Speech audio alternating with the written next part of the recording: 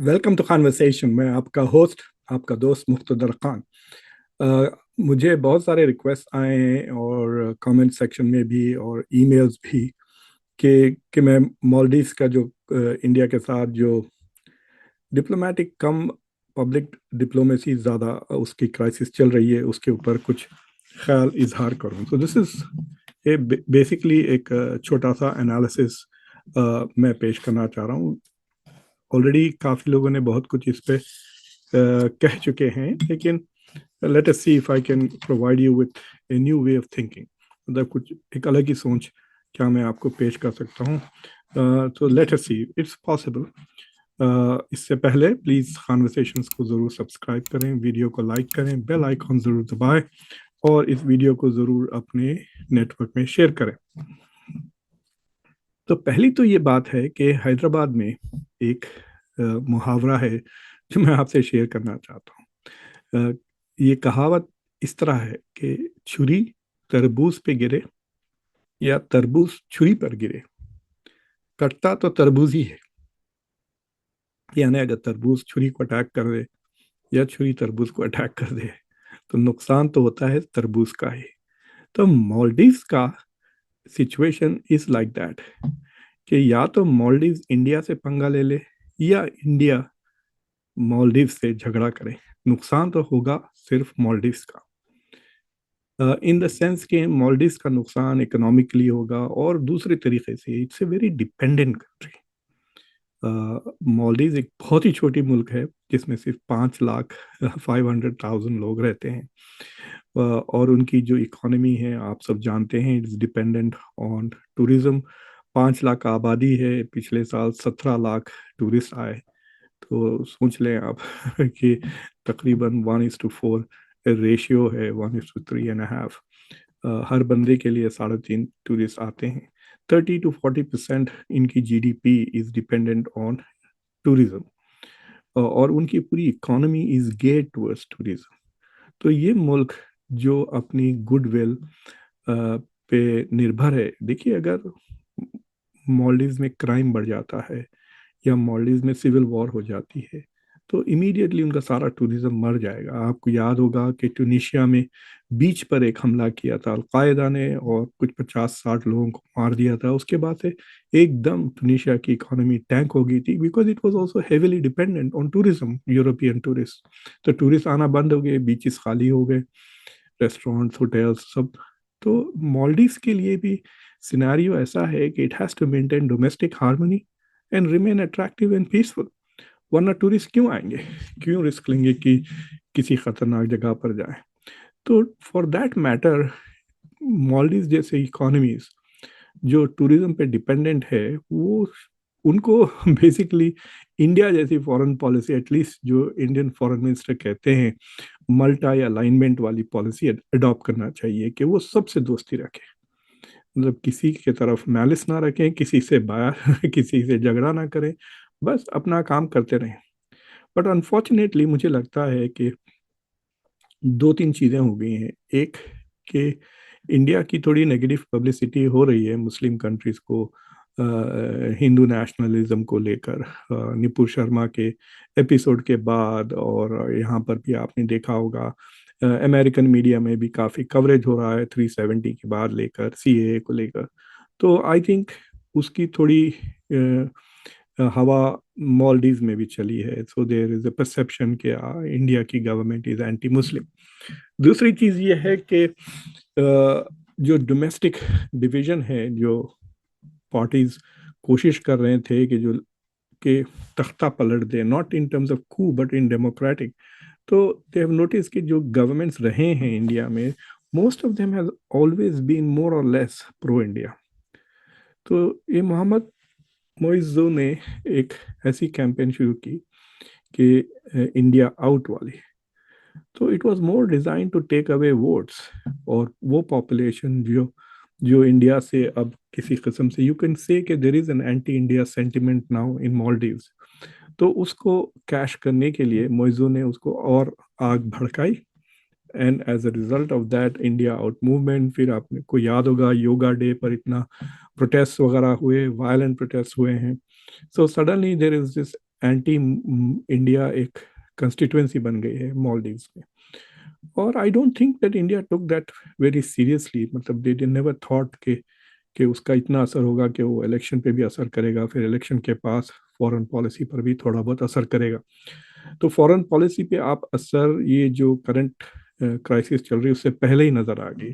For example, Maldives के जो नए प्रेसिडेंट होते हैं वो आदतन दिल्ली आते हैं टू पे ट्रिब्यूट्स और लेकिन ये प्रेसिडेंट ने पहले तुर्की गए, फिर चाइना गए और यूएई भी गए। तो he has not come to India, he is coming to India, मेरे ख्याल से इस महीने के आखिर में आएंगे वो, but he has not come first to India.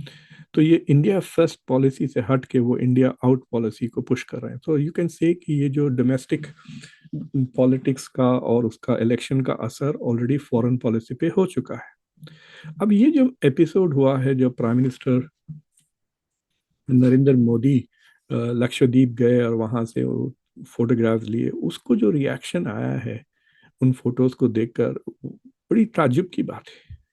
अगर Maldives is an international tourist site, वहाँ सारी दुनिया से लोग आते हैं, रशिया से भी आते हैं, चाइना से आते हैं, इंडिया से आते हैं, यूरोप से भी काफ़ी लोग आते हैं, बड़े बड़ी कंपनीज हैव इन्वेस्टेड देयर।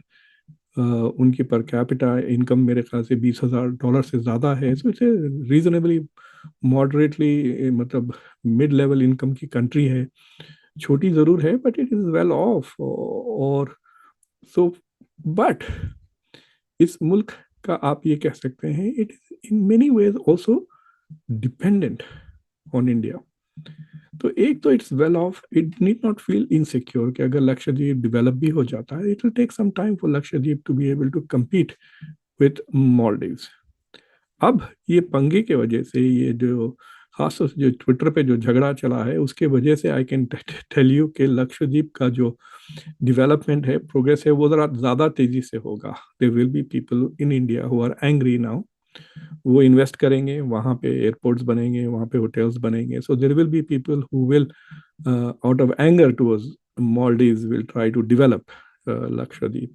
तो ये तो जरूर होने वाला है। तो if it was going to become a competitor, अब वो इस झगड़े की वजह से तेजी से, और अगर मोहम्मद मोइज़ो अगर आ भी जाते हैं दिल्ली और एक किस्म से ऐसे statements, he may not apologize, but ऐसे स्टेटमेंट्स के रिग्रेट के ऑलरेडी उन्होंने उन 3 मिनिस्टर्स जिन्होंने प्राइम मिनिस्टर मोदी के खिलाफ बदतमीजी की ऑन ट्विटर, उनको ऑलरेडी उन्होंने सस्पेंड कर दिया है। डिसमिस नहीं किया, सस्पेंड कर दिया, यानी 1-2 महीने के बाद they will be back in the cabinet. तो ताल्लुकात शायद डिप्लोमेटिकली बेहतर भी हो जाए और पब्लिक भूल भी जाए मालदीव्स को, but this will get better. लेकिन ये एक किस्म से पब्लिक में जो एनिमोसिटी आ गई है, it will have a long term impact on Maldives economy. I am sure कि there will be a dip 2024 में। अब ये है कि कितना होगा।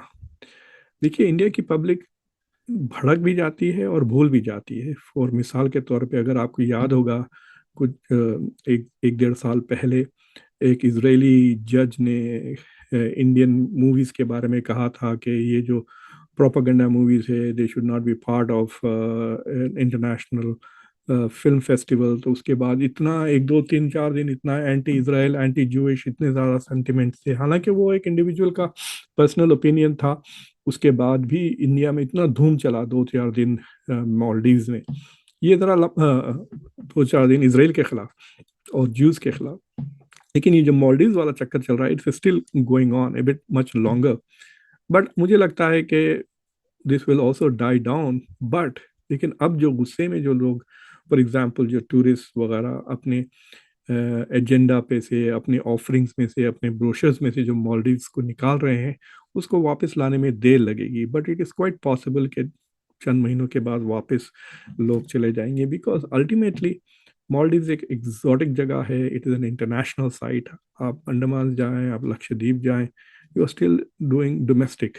और आजकल लोग मुझे लगता है कि वेकेशन पे सिर्फ इसलिए जाते हैं कि वो इंस्टाग्राम और फेसबुक के लिए फोटोग्राफ्स लगा सकें। तो if they are going to compete with their international friends कि देखो हम भी बड़ी ज़बरदस्त वेकेशंस कर रहे हैं इन एग्जॉटिक प्लेसेस, तो मॉलडीव्स की जो अपील है वो रहेगी। But from a foreign policy perspective, ये यकीन, इसमें कोई दो राय नहीं है कि Maldives is very dependent on India.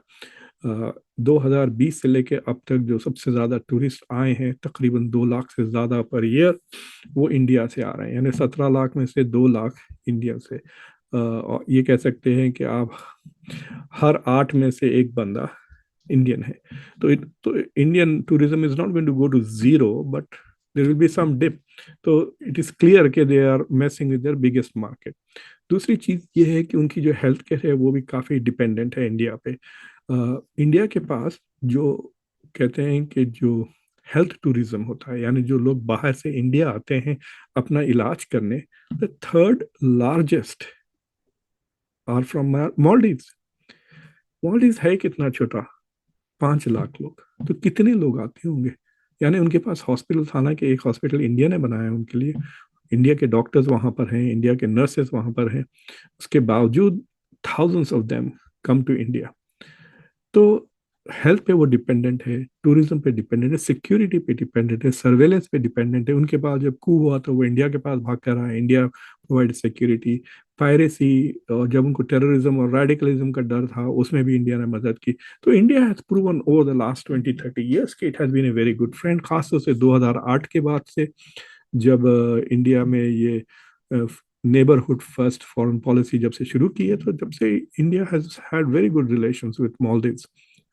लेकिन अब ये जो चाइना फर्स्ट इंडिया आउट वाली जो पॉलिसी मोइज़ू ने अप्लाई किया, वो चाइना गए हुए हैं, वहां पे बड़े शान से उनका इस्तकबाल किया गया। शी जिनपिंग ने बड़े बड़े बयान दिए, but the real issue is कि चाइना अभी भी इन्वेस्ट तो जरूर करता है, प्रोजेक्ट्स भी कर रहा है मॉलडीव में, लेकिन कर्जा भी दे रहा है। 30% इनका जो डेट है, दैट इज टू चाइना। तो मॉलडीव डेट ट्रैप में फंस सकता है। तो मॉलडीव की जो प्रेसिडेंट है, ही इज मेकिंग ए बेट कि इंडिया से ताल्लुकात खराब करने पर, मतलब ये शर्त लगा रहे हैं वो, कि इंडिया से ताल्लुकात खराब होने की वजह से जो हमको नुकसानात होंगे in terms of tourism, access to health care, security वगैरह, China will not only make up that but contribute more. यानी इंडिया से जो टूरिज्म खत्म होगा, वो उससे ज़्यादा चाइना से बढ़ जाएगा। इंडिया से जो इन्वेस्टमेंट्स, इंफ्रास्ट्रक्चर वगैरह के जो इन्वेस्टमेंट है, वो जो कम होंगे, उससे ज़्यादा चाइना से होंगे। तो क्या चाइना जाएंगे ये इलाज कराने, ये फ्लाइंग ऑल अक्रॉस इंडिया? मतलब बीच में इंडिया जितना बड़ा पहाड़ खड़ा हुआ है इनके और चाइना के बीच में। But anyway, that is a bet and I am not very sure कि Muizzu is going to win that bet. लेकिन इसमें इंडिया का भी नुकसान है, मतलब इंडिया की जो पब्लिक ने जो गड़बड़ की है, I think that is fine. But Indian government ने मतलब ऐसा कोई ऑफिशियल बड़ा स्टेप नहीं लिया, जिस तरह कनाडा के खिलाफ लिया था। तो what India has done basically, इसके एम्बेसडर को दिल्ली में मिनिस्ट्री में बुलाया और उसको वहाँ पे काफ़ी मतलब सुनाई होंगी बातें। और फिर इंडिया के खुद एम्बेसडर ने वहाँ पर माले में भी काफ़ी उन्होंने क्रिटिसाइज किया, और सख्ती से बात की अबाउट इंडिया रिएक्शन। लेकिन हाई लेवल से कोई ऐसा बयानात नहीं आए टू वरी। और जब मुझे लगता है कि जब मोइज़ इवेंचुअली आएंगे दिल्ली, तो he is going to get a bad time. मुझे लगता है उनको ऊबर भी जा देंगे रिसीव करने, शायद कोई भी ना आए एयरपोर्ट पर। But eventually I don't know whether he will even get to meet Modi, खाली शायद जयशंकर से मिलके वो चले जाएं। I don't know how that's going to go.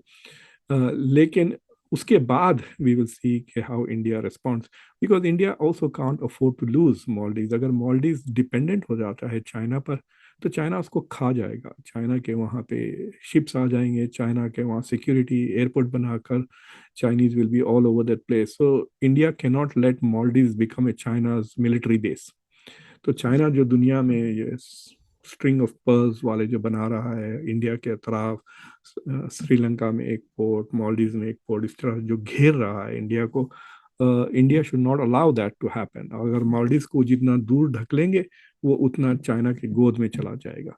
So that is how India has to balance, मतलब India has to deal with this anti India sentiment जो बढ़ रहा है मालदीव में, somehow, number one. And two, without rewarding that behavior, India has to make sure कि वो उसको इतना पुश ना करे कि वो पूरी तरह से मतलब पूरी तरह से चाइना का हो जाए कि वरना which ever party is contesting वो पार्टी जो है सो वो भी चाइना के लिए के फेवर में बात हो।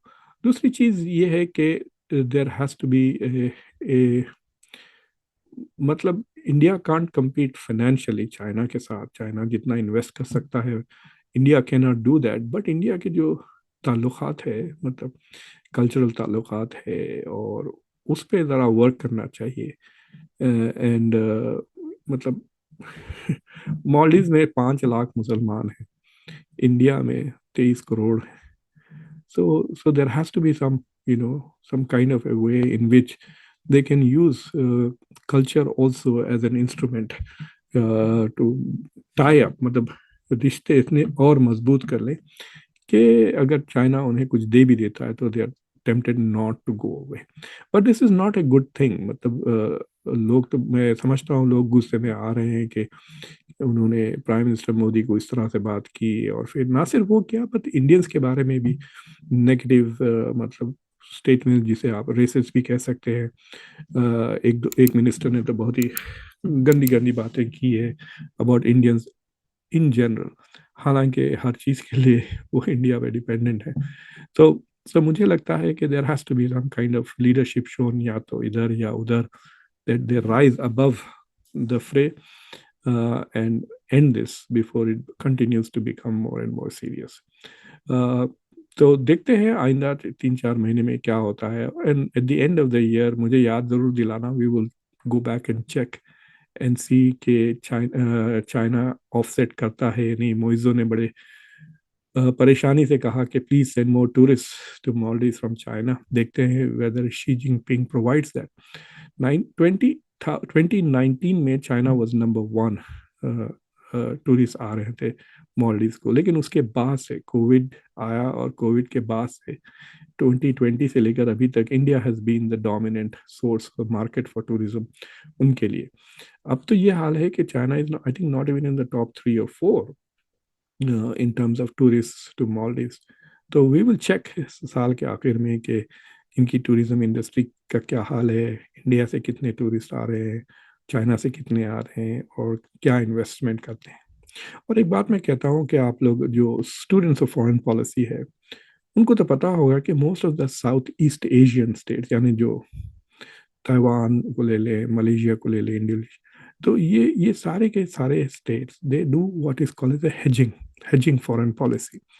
जो इंडिया भी एज ए मल्टी अलाइनमेंट की बात करता है वो हेजिंग करते हैं, यानी they they want to trade with China but they have security relations with the US. यानी वो चाइना से भी दोस्ती रखते हैं, यूएस से भी दोस्ती, अगर ये नहीं चला तो ये चलेगा। So it is a hedging foreign policy. So Asia के कई मुल्क employ this hedging strategy, and Moizo मतलब इतना मतलब ही सच ए accomplished politician, वो इस तरह की जो स्टेप लिए हैं it is not in the interest of Maldives. अगर वो he is in a position to play India against China और दोनों से फायदे उठा सकते थे। So that is not very strong. तो उनकी शर्त यह है कि चाइना के करीब जाने से उनको उस ज्यादा फायदा होगा बनस्बत trying to remain neutral to both of them. वो भी देखते हैं at the end of next year कि how successful was his bet. और आई होप कि ये I provided some new perspective to this crisis. और अब मैं कल ट्रैवल कर रहा हूँ तो शायद 2-3 दिन तक I may not be able to post any new videos. और फिर उसके बाद में I might even share a diary, मतलब छोटे छोटे वीडियोस बनाऊंगा and share with you about my travels. और फिर अंटिल नेक्स्ट टाइम, मैं आपका होस्ट, आपका दोस्त मुख्तदर खान। प्लीज़ अगर अभी तक आपने कॉन्वर्सेशन को सब्सक्राइब नहीं किया हो तो प्लीज़ कॉन्वर्सेशन को सब्सक्राइब करें, वीडियो को लाइक करें, बेल आइकॉन को ज़रूर दबाएं और इस वीडियो को अपने दोस्त अहबाब के साथ ज़रूर शेयर करें।